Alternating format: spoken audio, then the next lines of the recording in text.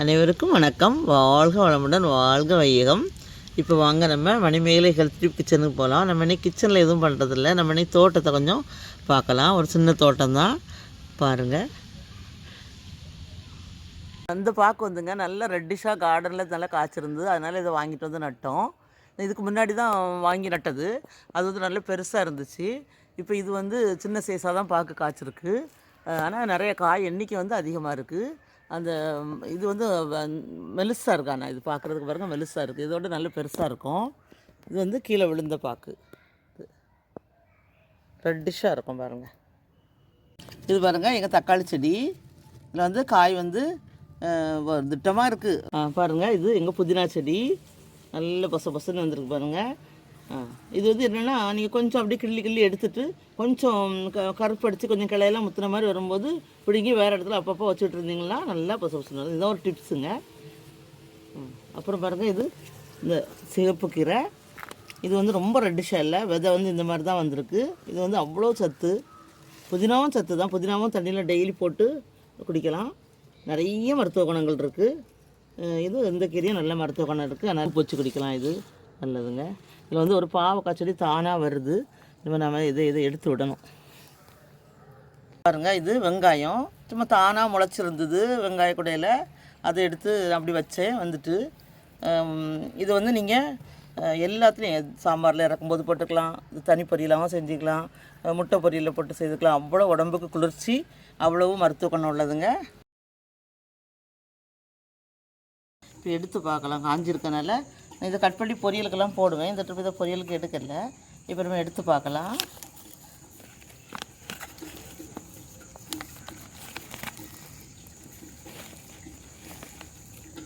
ஆமாங்க வச்சுருக்குங்க.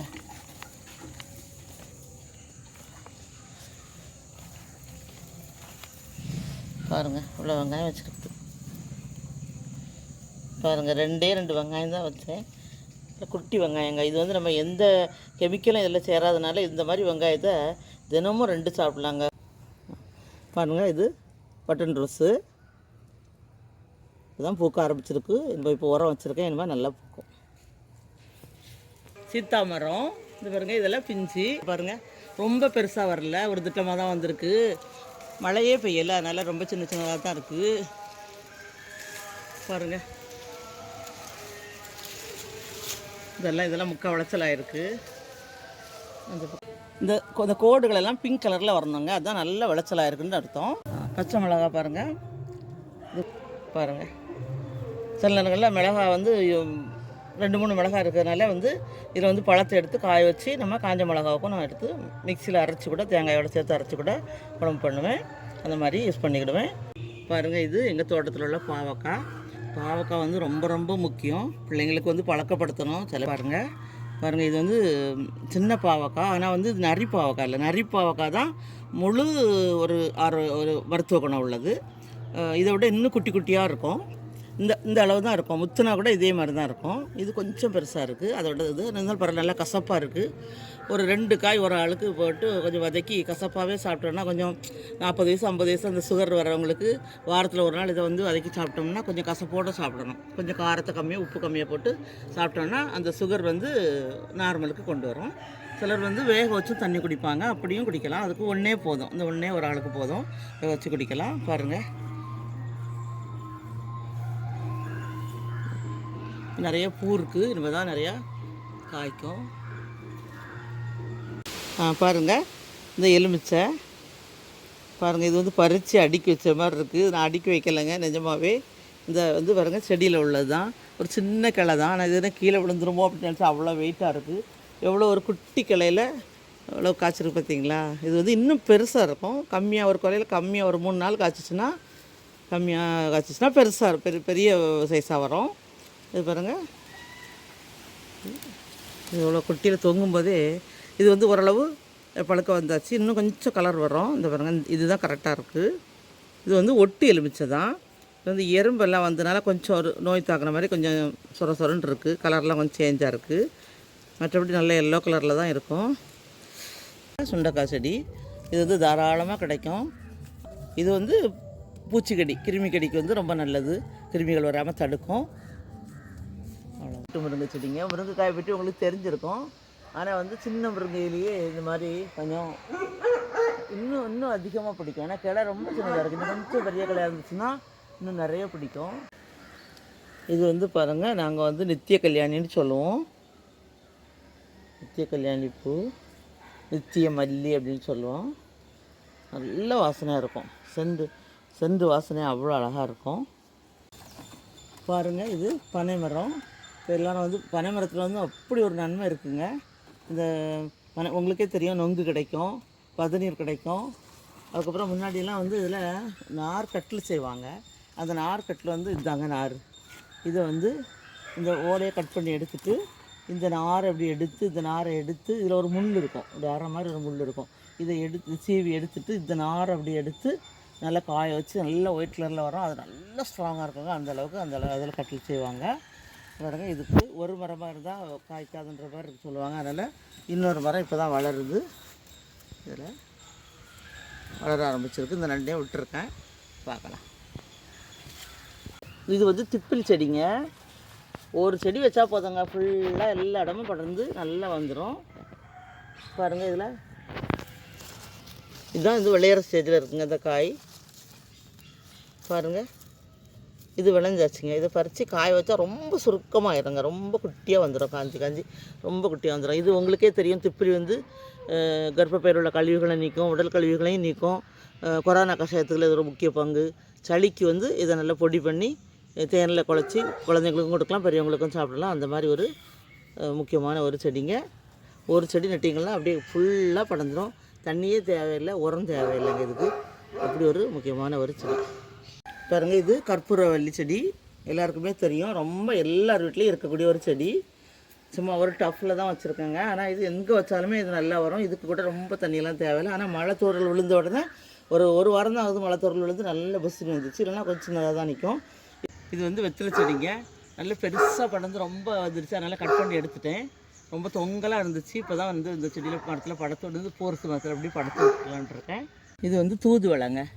தூதுவளை செடி உங்களுக்கு எல்லாமே தெரியும். தூதுவளை ரசம் வச்சு சாப்பிட்லாம், கொரோனா கஷாயத்தில் போடலாம், சாதாரண ஃபீவருக்கு கூட போடலாம், சளிக்கு வந்து போடலாம். ரசம் பாருங்கள், அந்த சேனக்கிழங்கு செடி தான். இப்போ இது நல்லா வந்து காஞ்சி போச்சு. அடுத்தது வந்து இந்த முளை வருது பாருங்கள். அடுத்த செடி இதில் வந்து முளைக்க வருது. அதனால் இருக்கும் அப்படின்னு நினைக்கிறேன். பார்க்கலாம் வாங்க. பெரும்பாலும் இருக்கும்.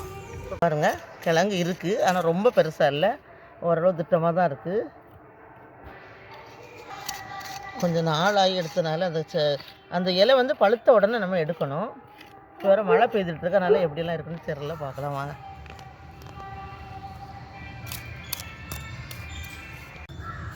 பாருங்கள், கிழங்கு போய் எடுத்துடலாம்.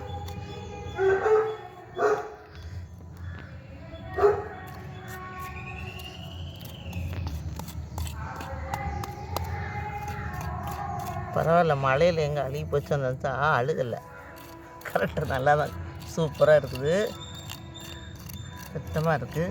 இதில் வந்து ஒரு கனவு நம்ம எடுத்து நம்ம வீட்டில் போட்டு வச்சுருந்தாவே இதில் முளை வந்துடுங்க. அதில் எடுத்து நம்ம வச்சாவே போதும். இதுக்கு வந்து நாங்கள் வந்து எருவெல்லாம் உரம்லாம் போடுறதில்ல. தென்னை மரத்துக்குள்ளே தண்ணியிலே அது எடுத்துக்கும். பாருங்கள், இது வந்து எல்லாருமே ஒரு சாப்பிடக்கூடிய, குண்டாக இருக்கிறவங்களாக இருந்தாலும் சரி, நோயாளிகளாக இருந்தாலும் சரி, லீனாக இருக்கிறவங்களுக்கு எல்லாருக்குமே ஒரு சாப்பிடக்கூடிய ஒரு கிழங்குன்னா இந்த சேனக்கிழங்கு தாங்க. இது நம்ம வந்து ஏற்கனவே இதில் போட்டு விட்ருக்கேன்னா வீடியோவில், இந்த ஷாலோ ஃப்ரை பண்ணோம்னா மீன் சாப்பிட்டது மாதிரியே இருக்கும். அந்த ஃபீலிங் நமக்கு வரோங்க. அதனால் இது வந்து ஆயில் கம்மியாக ஊற்றி அந்த மாதிரி ஃப்ரை பண்ணி சாப்பிடுங்க. பாருங்கள், இது பூசணிக்காய் திட்டமாக தான் இருக்குது. சாம்பாருக்கு ரொம்ப டேஸ்ட்டாக இருக்கும். சாம்பாருக்கு நல்லா திக்னஸ் கொடுக்கும், தித்திப்பாக இருக்கும். இது வந்து இந்த கொடி பாருங்கள். இது பாருங்கள், எங்கள் தோட்டத்தில் உள்ள பச்சை மிளகா. இந்த மிளகாய் வந்து ப்ரெஷர் மிளகானே சொல்லுவாங்க. இது காரம், இது வந்து காய் வந்து சின்னதாக இருந்தாலும் காரம் ரொம்ப ஜாஸ்தியாக இருக்கும். பாருங்கள், நிறைய காய்க்கும், அடுக்கடுக்காக காய்க்கும். பாருங்கள் எப்படி அடுக்கடுக்காக காய்ச்சிருக்குன்னு பாருங்கள். மாதிரி பாருங்கள், இது ரெட்டும் இல்லை, பிங்கும் இல்லை, மெரூனும் இல்லை, எல்லாம் மிக்ஸ் மாதிரி அப்படி அது ஒரு கலருங்க, அழகு கலரு. இது இப்போ தான் கொத்தா பூத்துருக்கு. இப்போ வந்து நம்ம தலையில் வைக்கிறதா இருந்தால் இந்த ஸ்டேஜில் பறிச்சிக்கலாம், இந்த மாதிரி வச்சுக்கலாம். இது நல்லாயிருக்கு. இது வந்து கோமியம் கொஞ்சம் ஊற்றுனேன் இப்போ லைட்டாக, அதனால தான் இந்த பூ வந்து வேகமாக வந்துச்சு. மற்றபடி இந்த எரு வந்து சாணி எருவும் போட்டிருக்கேன், சாணி எருவு காஞ்சது இப்படி போட்டிருக்கேன்.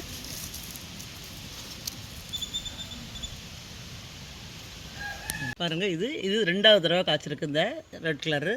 முதல் தடவை ஒரு 4-5 தான் காய்ச்சிருந்து, இந்த ட்ரிப்பு கொஞ்சம் நிறையா பிடிச்சிருக்கு. இங்கே பாருங்கள், இதான் கொஞ்சம் நிறையா பிடிச்சிருக்கு. இதாக இருக்குது, இந்த பக்கம் இருக்குது, அதெல்லாம் ஓரளவு பரவாயில்ல, ஈல்டு நல்லா கிடச்சிருக்கு. பாருங்கள், இது வந்து அந்த கொத்தாக இருந்துச்சு இல்லையா, அதில் ஒரு 2-3 பழம் எடுத்துட்டோம். இப்போ இது வந்து எல்லாம் ஒன்றா வருது. ஆனால் பழம் வந்து நிறைய நெருக்கமாக நிறைய கொத்தாக இருக்கிறதுனால பழம் வந்து ரொம்ப பருக்கலை, ஒரு 3/4 இடத்துக்கு தான் வந்துருக்குது.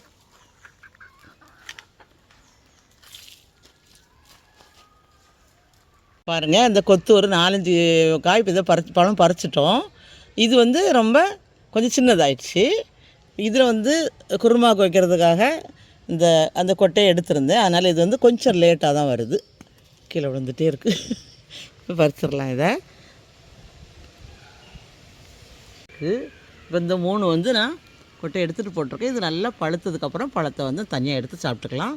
இந்த பழம் வந்து நம்ம சாதம் சாப்பிட்டுட்டு கொஞ்சம் ஹெவியாக இருந்துன்னு வச்சுக்கோங்க, இதில் வந்து ஒரு 2 பழம் சாப்பிட்டிங்கன்னா அப்படியே அந்த ஸ்ப்ரைட்டு குடித்தது மாதிரி அப்படியே ஒரு ஜீரண சக்தி கிடைக்கும் அந்த மாதிரி. ஆனால் அது வந்து நமக்கு உடம்பு கெடுதல், இது வந்து உடம்புக்கு ஆரோக்கியம், நோய் எதிர்ப்பு சக்தி, புற்றுநோய் குணப்படுத்துகிற சக்தி கூட இதில் இருக்குதுன்னு சொல்கிறாங்க. பாருங்கள், இது வந்து இது இப்போ தான் ஃபஸ்ட்டு காய்ச்சிருக்கு. இதுவும் பரவாயில்ல, நல்ல ஈல்டு தர மாதிரி தான் இருக்குது. இது மொதல் காய்ச்சிருக்கு. இங்கே பாருங்கள்,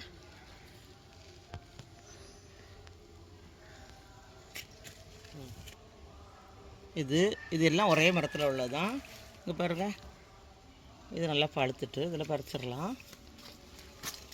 இந்த பழத்தில் வந்து நிறைய சத்துக்கள் இருக்குங்க, விட்டமின்ஸுகள் இருக்குது. இது வந்து உடம்புக்கு குளிர்ச்சி, கேன்சரை வந்து கட்டுப்படுத்தக்கூடிய தன்மை இதுக்கு இருக்குன்னு சொல்கிறாங்க. சுகர் குறையும், பசியை தூண்டும். அதனால் இது இன்னும் நிறைய சத்துக்கள் இருக்குது. அதனால் இது வந்து ரொம்ப சீப்பான பழம், சீசனில் நிறைய கிடைக்கும். அதனால் உங்களுக்கு கிடைக்கும்போது நீங்கள் இதை சாப்பிடுங்க. இதை கட் பண்ணி உப்பு போட்டு சாப்பிடலாம். இப்போ பாங்க எப்படி சாப்பிடலாம் எடுக்கலாமா? பாருங்கள், லைட்டாக உப்பு போட்டு கலந்து வச்சுருக்கேன். ரொம்ப உப்பு போடக்கூடாது, மருத்துவ குணம் போயிடும். லைட்டாக உப்பு போட்டிருக்கேன். இது சாப்பிட்டுட்டு கீழே வந்து ஜூஸ் எல்லாம் இருக்கும், அதெல்லாம் எடுத்து குடிக்கலாம்.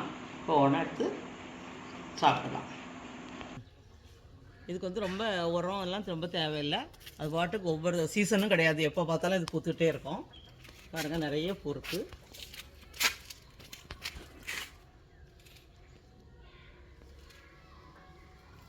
பாருங்கள், இது வந்து பாரிஜாத பூ. அப்படியே அந்த வாசனை வந்து ஒரு வித்தியாசமாக அவ்வளோ அழகாக இருக்கும், நிறைய பேருக்கு தெரியும். ஒரு ரூமில் வந்து ஒரு 2 பூ இருந்தாவே போதும், அப்படி ஒரு வாசனையாக இருக்குங்க. பாருங்கள், இது ஒரு கோழிக்கொண்டை பூச்செடி. இந்த கலர் வந்து கொஞ்சம் அழகாக இருக்கும். இதில் வந்து இந்த மாதிரி திக்காகவும் வரும், இந்த மாதிரி பட்டையாகவும் இருக்கிற செடி உண்டு, அது இன்னும் அழகாக இருக்கும் பார்க்குறதுக்கு. இது ஒரு டைப்பான செடி. பாருங்கள், இது வந்து இந்த ஊதாப்பூ. இது பாருங்கள், இந்த பூவும் வந்து இது வந்து ஒரு 5 வருஷமாக இருக்குது, அழகாக எப்போவும் பூத்துகிட்டே இருக்கும், நல்லாயிருக்கும், ரொம்ப பிடிக்கும்.